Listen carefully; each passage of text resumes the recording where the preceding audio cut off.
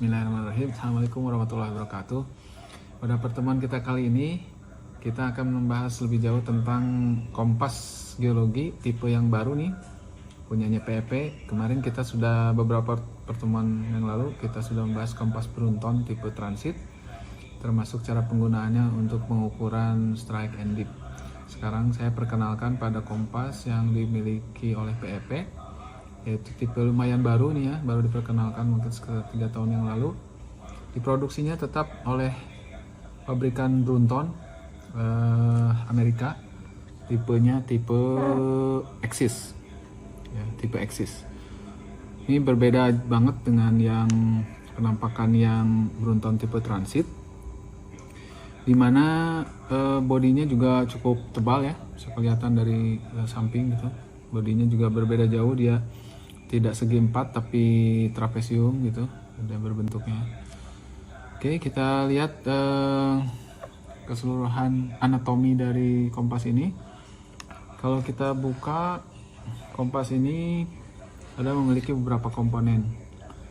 Ini masih dinamakan tutup kompas ya, cuman dia berbeda dengan tipe Brunton transit, dia tidak ada dilengkapi cermin di sini ya.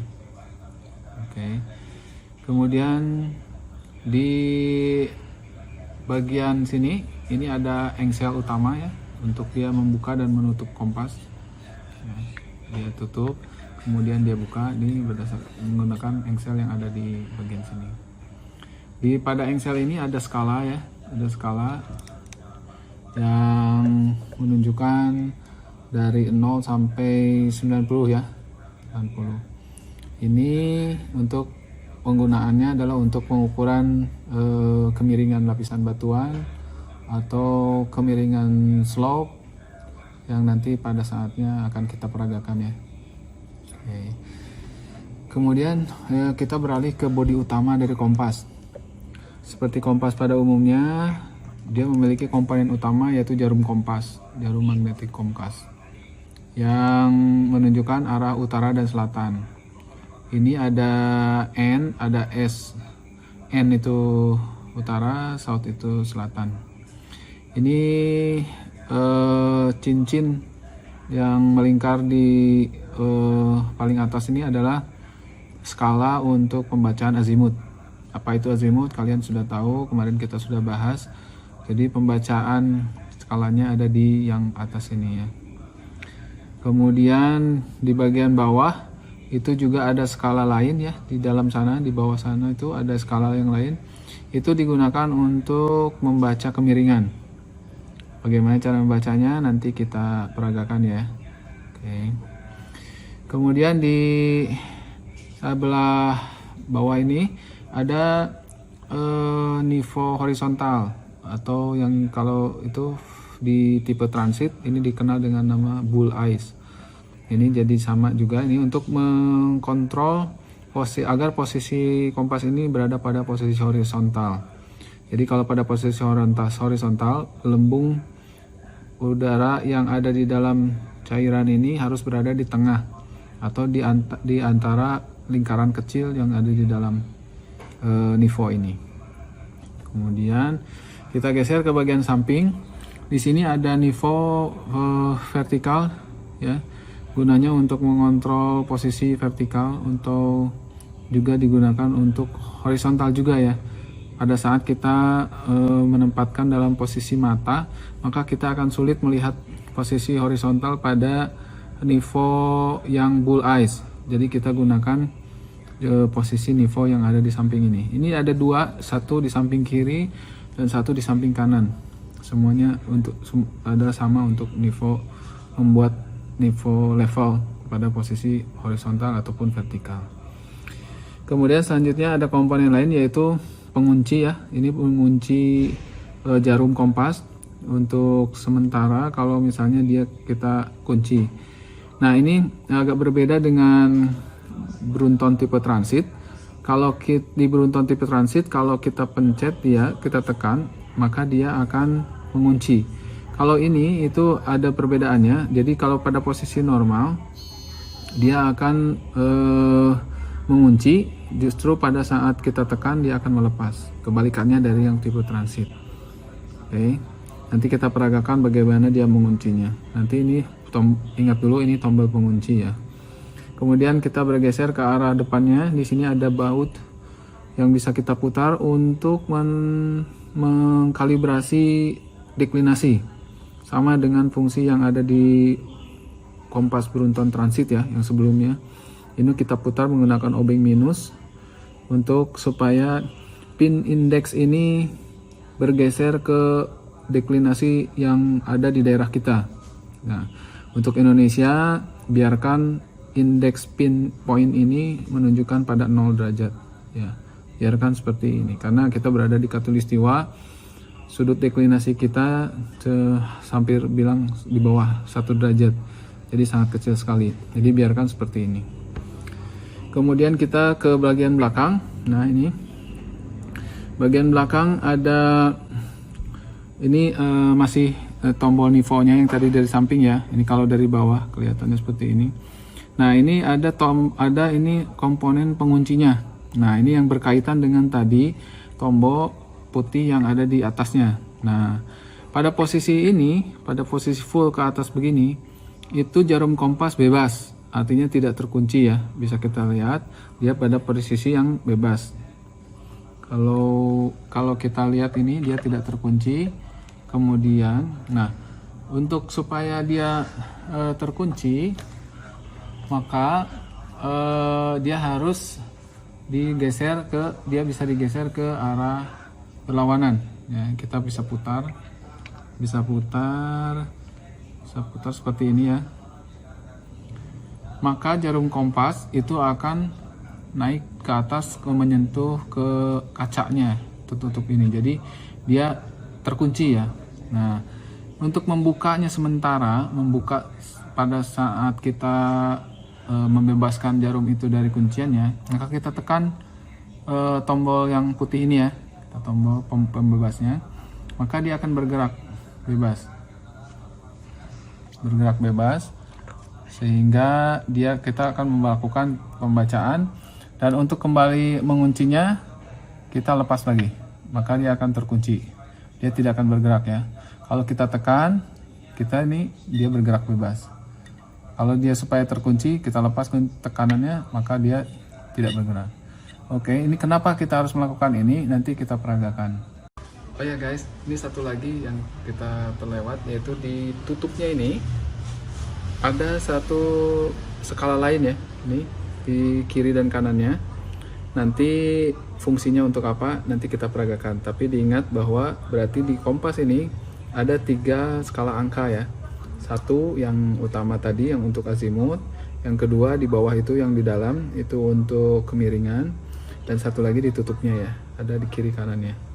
Oke, nanti fungsinya satu-satu kita bahas. Pertama adalah sekarang untuk mengukur azimut ya. Kalau ingat kemarin kalau di beronton transit kita kan pakai metode yang di pinggang itu kan, melihat melalui cermin, kemudian melihat ke objeknya melalui penunjuk, kemudian nanti kita baca jarum utaranya. Atau kalau dipakai sistem yang terbalik itu kan yang pakai begini, itu yang beruntun transit. Nah, sekarang beruntun eksis, untuk mengukur azimut kita bisa menggunakan lubang yang ada di dalam engsel ini ya.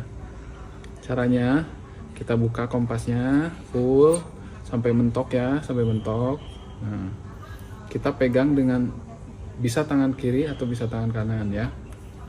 Tapi ingat nanti pembacaannya beda. Kita biasa tangan kiri, biasa tangan kanan bebas. Tapi kita harus ingat di mana posisinya.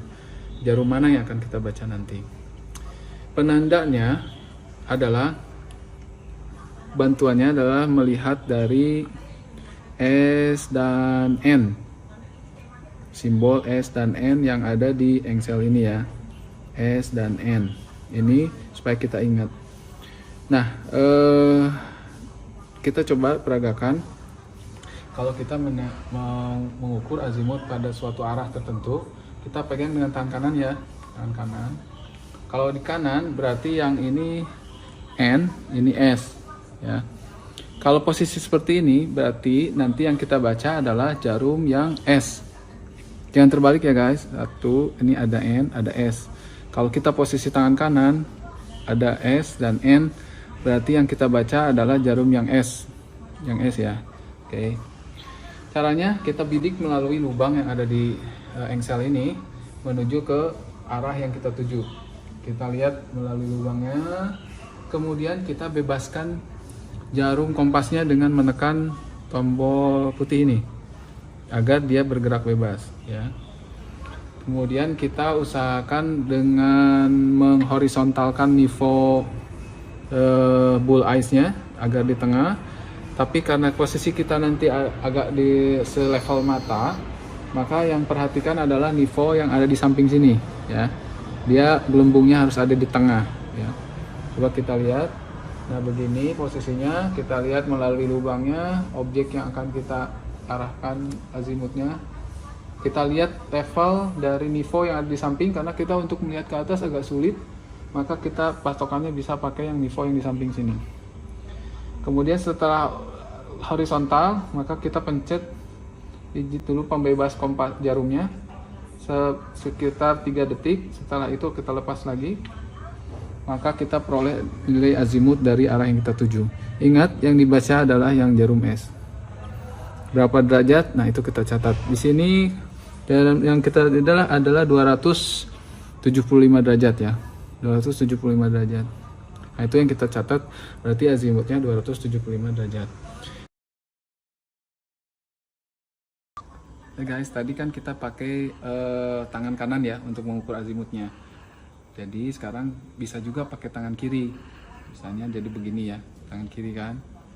Nah, perlu diingat yang tadi kebalikannya. Ini ada N sama S. Yang perlu kita perhatikan adalah ujungnya aja, yang S. Kalau di sini S, berarti nanti arah azimut yang kita baca adalah jarum yang N. Ingat ya, berlawanan ya. Kalau di sini S, berarti yang kita baca adalah jarum N. Kalau pakai tangan kanan, karena ini ujungnya N, berarti yang kita baca adalah jarum S. Oke, ingat baik-baik. Sekarang kita pakai yang tangan kiri ya. Posisinya sama, kita bidik dengan menggunakan lubang yang ada di engsel. Kemudian kita horizontalkan niveau yang ada di samping sini. Setelah cukup horizontal, kita nilai horizontal, maka kita tekan sekitar 3 detik untuk melepaskan jarum kompasnya. Dan setelah itu kita lepas, dan maka dia akan terkunci dan kita baca. Ingat yang mana yang kita baca? Yang N. Ya, yang N. Berarti ini nilainya kurang lebih sama 275 derajat juga ya. Jadi mau kiri mau kanan bebas, tapi ingat, yang perlu diingat sekali adalah baca jarum yang mana. Jadi patokannya kalau kita di depan ini S, berarti yang dibaca adalah yang N.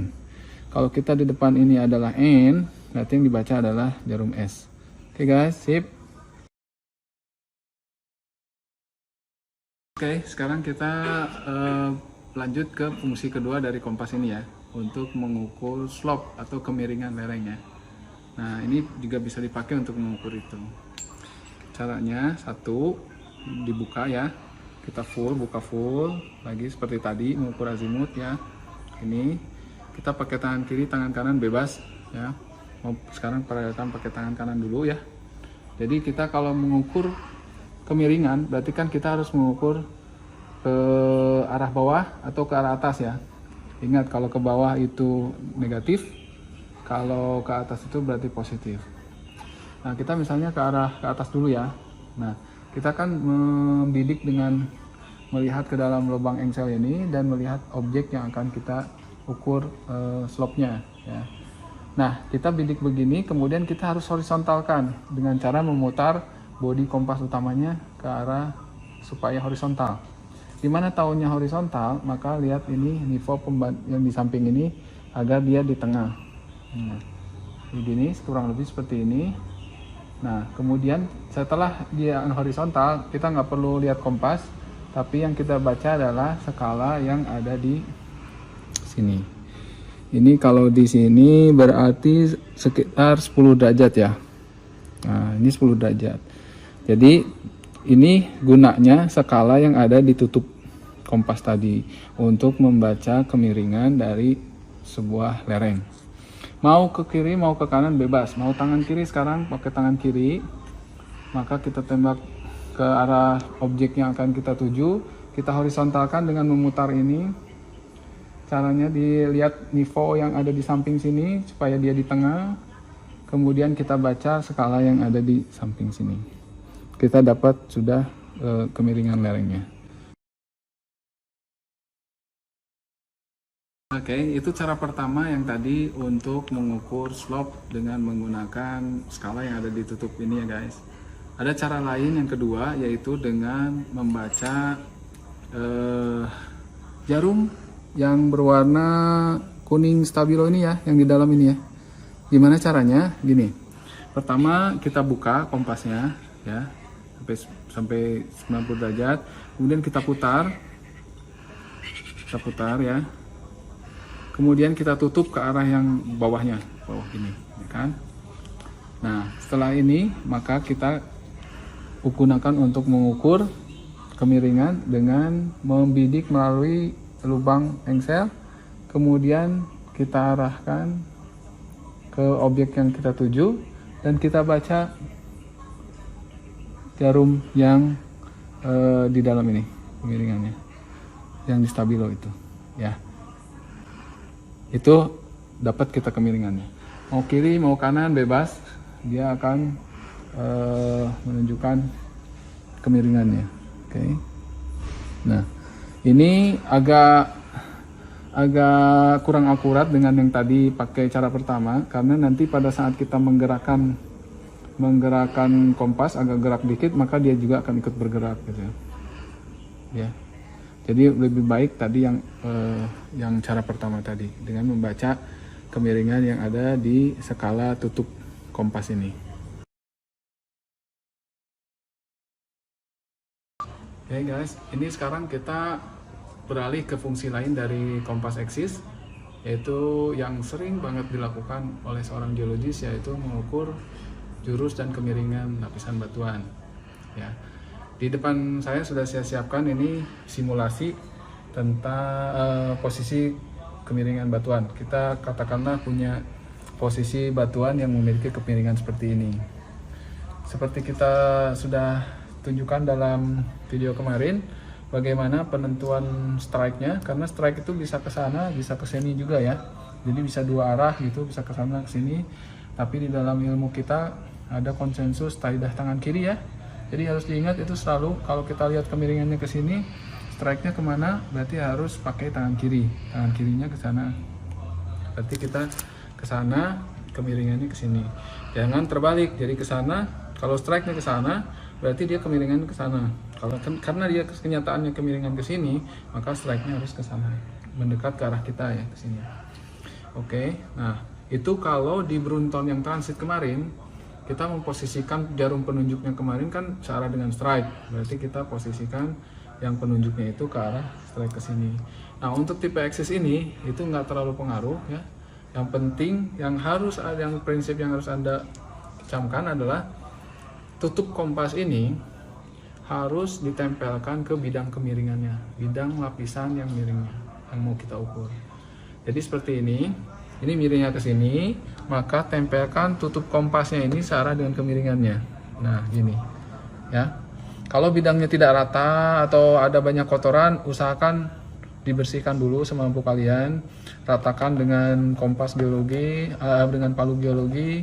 Kemudian kalau masih tetap belum rata, pakai alas dengan buku lapangan kalian ya, supaya. Nah, caranya adalah menempelkan tutup kompas ini ditempel ke bidang yang akan kita ukur. Kemudian levelkan nivo horizontal ini pada posisi gelembungnya yang horizontal. Kalau pada posisi ini kita bisa melakukannya, bisa digeser begini supaya dia ada posisi di sebelah sini ya, di gelembungnya. Nah, kalau sudah posisi seperti ini tinggal mudah aja, berarti tinggal turunkan sedikit. Nah, maka dia akan ada di tengah. Ya. Tunggu sebentar, ini belum firm.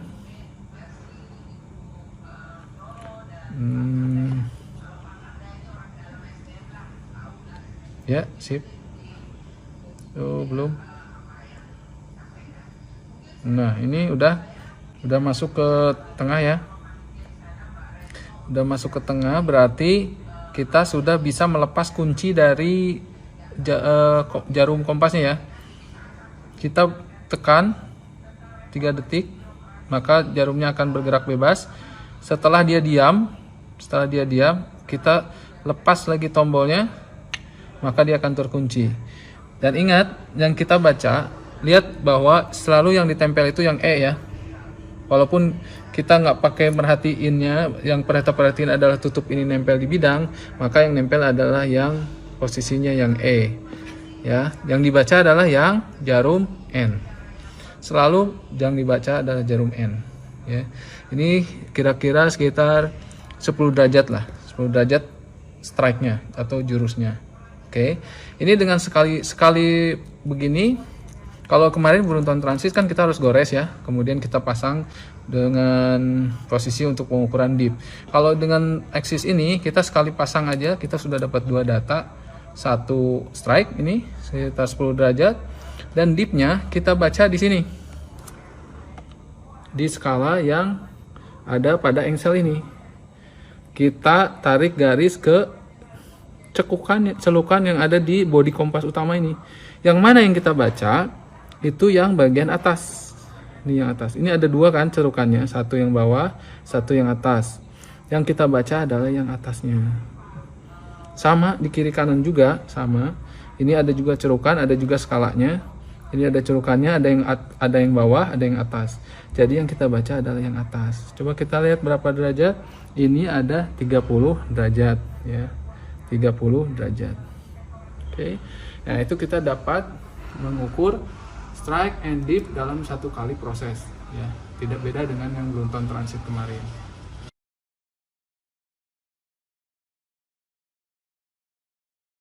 Satu lagi guys, fungsi dari kompas ini yaitu adalah mengukur struktur garis. Apa itu struktur garis? Struktur garis itu biasanya dia tercipta di pada suatu lapisan batuan, kemudian mengalami pergerakan, sehingga terjadilah sebuah liniasi atau penjajaran dari mineral-mineral ataupun adanya seretan dari akibat adanya patahan. Nah, ini misalnya ada bidang batuan, lapisan batuan, kemudian di atasnya itu ada terlihat adanya struktur garis. Ya, seperti ini garisnya. Ini kita harus ukur yang namanya kemarin saya sudah waktu di pembahasan beruntun transit itu mengukur struktur garis. Yang diukur adalah trend sama plunge. Trend itu adalah kalau di dalam bidang lapisan itu setara dengan strike-nya. Kalau plunge itu adalah setara dengan dip-nya ya. Jadi ini yang kita ukur adalah trend dan plunge. Caranya bagaimana? Kita buka kompasnya ya. Kita buka sampai dia mentok habis sampai 90 derajat seperti begini. Kemudian kita tempelkan bagian bawah dari tutup ini ke struktur garisnya. Kita ikutin struktur garisnya begini. Kita tempelkan full ya, jangan ada yang ngangkang, artinya harus dia menempel semua. Nah, setelah ini nempel, kita pegang, kita pertahankan posisinya. Kemudian kita horizontalkan bodi utama kompasnya. Ya, sampai dia nivonya ini horizontal. Nah, seperti ini ya. Pertahankan dia horizontal, kemudian kita pencet dulu pelepas pembebas jarumnya agar jarumnya bergerak bebas, dan setelah dia berhenti maka kita lepas agar terkunci kembali. Nah, jarum mana yang dibaca, kita harus perhatikan yang ujung yang sini ya. Kalau ini N, berarti yang dibaca adalah jarum yang S, ya kan? Sama dengan pengukuran tadi waktu pengukuran slope, ya. Kalau ini N ujungnya, berarti yang dibaca S. Begitu juga sebaliknya, kalau yang di ujung sini S, maka yang dibaca N. Jadi kalau kita lihat yang ini, berarti posisi trend dari garis ini adalah 142 ya, 142 derajat. Ini yang dibaca adalah yang S. Kemudian plunge-nya Karena kita ukur dipnya tadi ya, plunge-nya itu dibaca di skala yang ditunjukkan oleh yang ada pada tutup kompasnya. Kalau di sini sekitar 25 derajat ya. Ya dibaca dari sini. Nggak masalah kalau untuk pembacaan plunge itu mau dia di end, mau dia di south itu sama saja gitu ya. Nanti yang penting ini ada derajatnya. Nah, yang pengaruh itu adalah pembacaan trennya. Nanti harus ingat mana yang dibaca, yang S atau yang N ya. Itu udah, mungkin itu semua kita sudah kupas tuntas fungsi-fungsi dari kompas Axis ini. Nanti kita akan perdalam lagi dengan praktek kalau kita tatap muka. Demikian materi kita hari ini dan kemarin tentang perkenalan peralatan lapangan yang sering digunakan oleh seorang geologis ke lapangan. Sampai jumpa di pertemuan kita secara offline. Saya sudah nggak sabar pengen ketemu kalian semua. Okay, see you guys.